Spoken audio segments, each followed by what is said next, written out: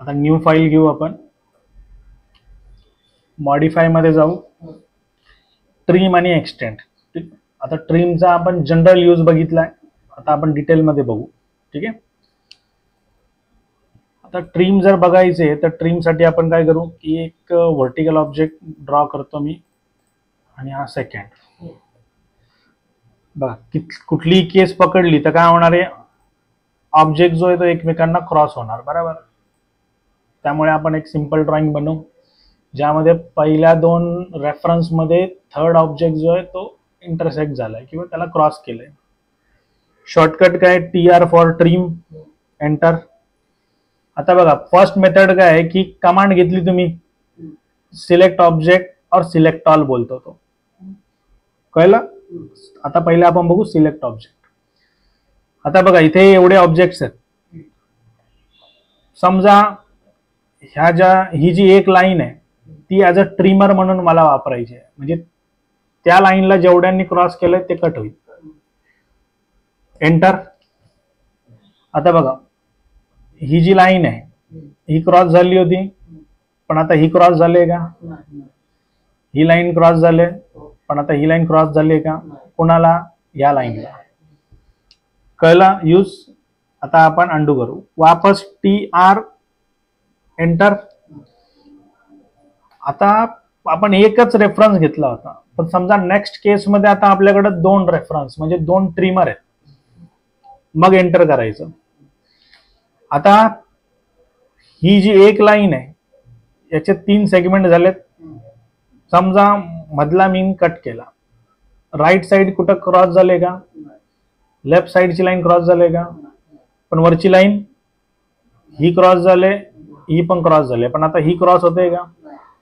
म्हणजे जर समजा तुम्हाला स्पेसिफिक कटिंग करायचे तर ट्रिमर सिलेक्ट करायचे. मग बघा ट्रिमर आहे ना, ट्रिमर त्याला तुम्ही काहीच नाही करू शकत, ते भलेही त्याला ऑब्जेक्ट क्रॉस झालेला असतो, दिसतंय, पण बाकी ऑब्जेक्ट जेवढे तेवढे सगळे कट होणार, फक्त क्रॉस झाले पाहिजे. कळलं. नेक्स्ट मेथड जी आहे TR, एंटर. आता सिलेक्ट ऑब्जेक्ट मध्ये केसेस झाले आपल्या, अजून एक एंटर मारला तर सिलेक्ट ऑल होईल, म्हणजे सगळेच ऑब्जेक्ट जे ते ट्रिमर म्हणून झालेत. म्हणजे काय होणार आहे, सगळ्यांनी एकमेकांना इंटरसेक्ट केलंय, मग हा पण कट होईल, हा पण कट होणार, हा पण कट होईल, पण आता ही लाईन कट होईल का, ही पण ही कट होऊ शकते. तर बघा डबल एंटर कधी मारायचे, जर समजा भरपूर काय ट्रिमिंग होते, आपल्याला स्वतःला माहित नाही की कुठला रेफरन्स घेऊ, तर डबल एंटर मारायचं. अदरवाईज स्पेसिफिकच ट्रिम करायचं. ठीक आहे, त्याने तुमचा टाइम सेव्ह होतो. एक्झाम्पल कसं, समजा आता हा सर्कल आहे, ठीक आहे,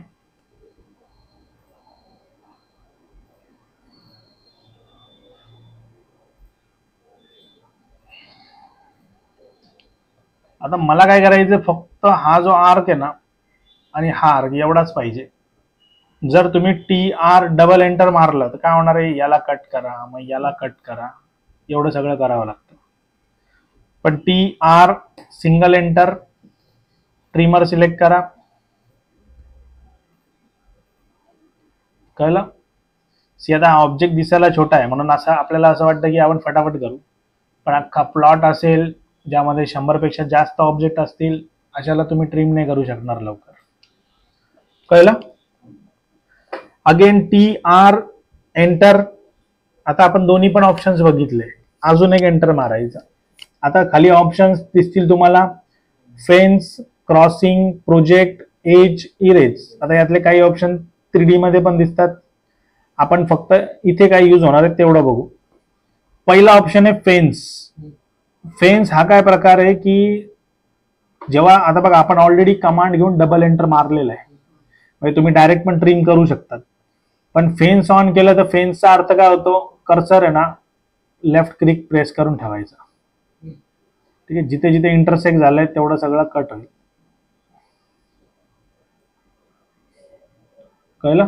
याला म्हणतात पॉवर ट्रिम, पण ऑटोकॅडच्या लँग्वेज मध्ये काय बोलतात, फेन्स. आता बघा क्रॉसिंग ऑप्शन दिलाय, क्रॉस नाही झालाय तोपर्यंत कट करू शकतो का आपण, नाही ना, त्यामुळे या क्रॉसिंगला ऑन करून पण काही फायदा नाही. नेक्स्ट आहे प्रोजेक्ट. ठीक आहे, आता प्रोजेक्टवर तुम्ही क्लिक केलं तर एंटर प्रोजेक्शन ऑप्शन हा पाहिजे 3D. म्हणजे कसं असतं, इथे बघा तुम्ही स्केच केलं, इथे 0 प्लेन आहे, पण 3D मध्ये काय होतं की इथे पण स्केच केलंय. ठीक आहे, आता वरून जेव्हा आपण बघू तर ही लाईन आणि हा सर्कल एकमेकांना इंटरसेक्ट झालेला दिसेल, पण ऍक्च्युअल मध्ये कसं आहे, एवढा गॅप आहे. जेव्हा मी वरून बघणार आणि मग ट्रिम करणार प्रोजेक्टने, तर मग तो काय कन्सिडर करेल, ही लाईन जर प्रोजेक्ट झाली असती तर एवढी प्रोजेक्ट झाली असती, मग ट्रिम करणार तो. कळला? हा झाला 3D साठी.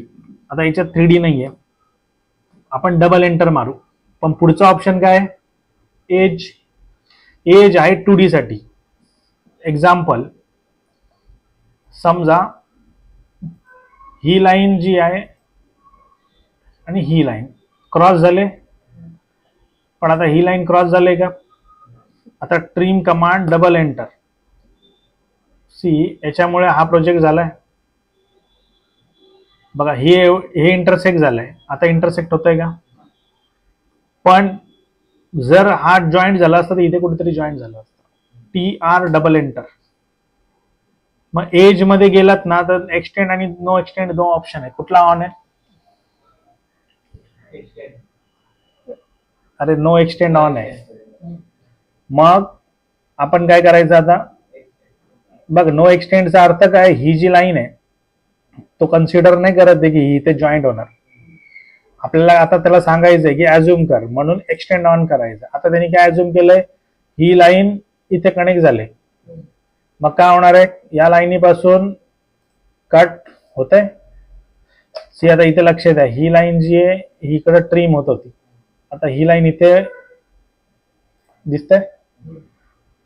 तुम्ही लोकांनी कधी कधी बघितलं असेल की भरपूर वेळेस क्लिक करावं लागतं, पण कळून येत नाही. असं का होतं, तर तिथे काय आहे की जर तुमचा एज मध्ये एक्सटेंड ऑन असेल ना, तर मग जेवढ्या लाईनचे डायरेक्शन एकमेकांना इंटरसेक्ट झाले ना, तो तेवढे पकडणार. मग अशा वेळेस काय करायचं, नो एक्सटेंड ऑन करायचं. ठीक आहे, आता जोपर्यंत इंटरसेक्ट होत नाही ना तोपर्यंत तो एक्स्ट्रा कटच नाही करणार. कळलं? कळली कमांड? आता याच्या अपोजिट कुठली कमांड असणार आहे, मॉडिफाय मध्ये गेलो तर ट्रिम बघितली, आता त्याच्या अपोजिट कुठली आहे, मग इथेही आपण काय करू, केसेस बनवू. ठीक आहे, केस कशी बनवू, आधीच्या केसमध्ये 2 रेफरन्सेस होते आणि ऑब्जेक्ट काय केलं होतं मी, इंटरसेक्ट. इथे आपण इंटरसेक्ट करायचं का, इथे काय करायची गरज नाही. ठीक आहे, आता इथे आपण केस बनवले आहेत. EX म्हणजे एक्सटेंड. आता इथे सेम मेथड, एक्सटेंड कमांड घेतली, पहिला एंटर मारायचा, मग रेफरन्स काय कुठं एक्सटेंड करायचंय त्या ऑब्जेक्टला सिलेक्ट करायचं, मग एंटर मारायचं.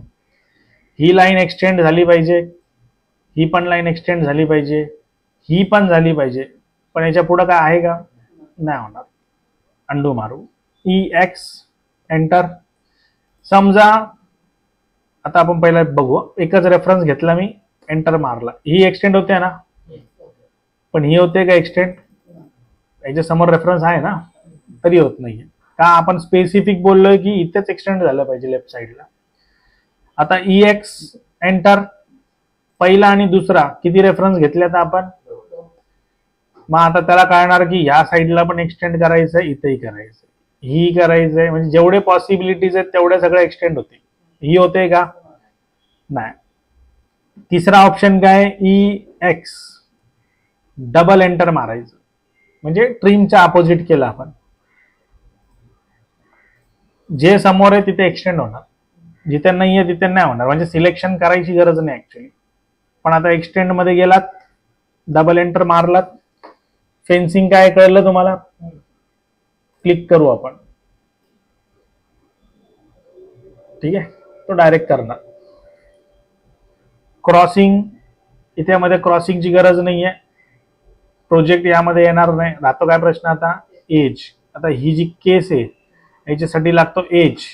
आता नो एक्सटेंड आपण लास्ट टाइमच ऑन केला होता, आता इथे एक्सटेंड ऑन केला ना तर ट्रिम मध्ये पण ऑन होणार.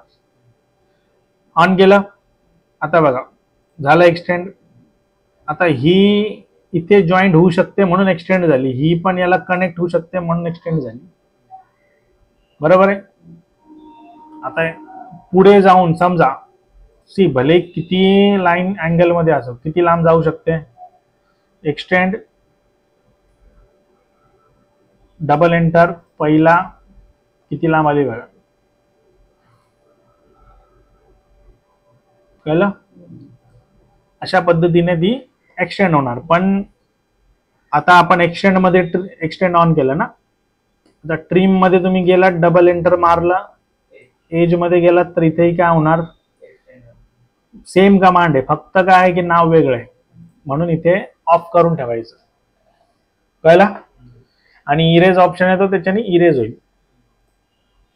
कळले दोन ऑप्शन. ओके.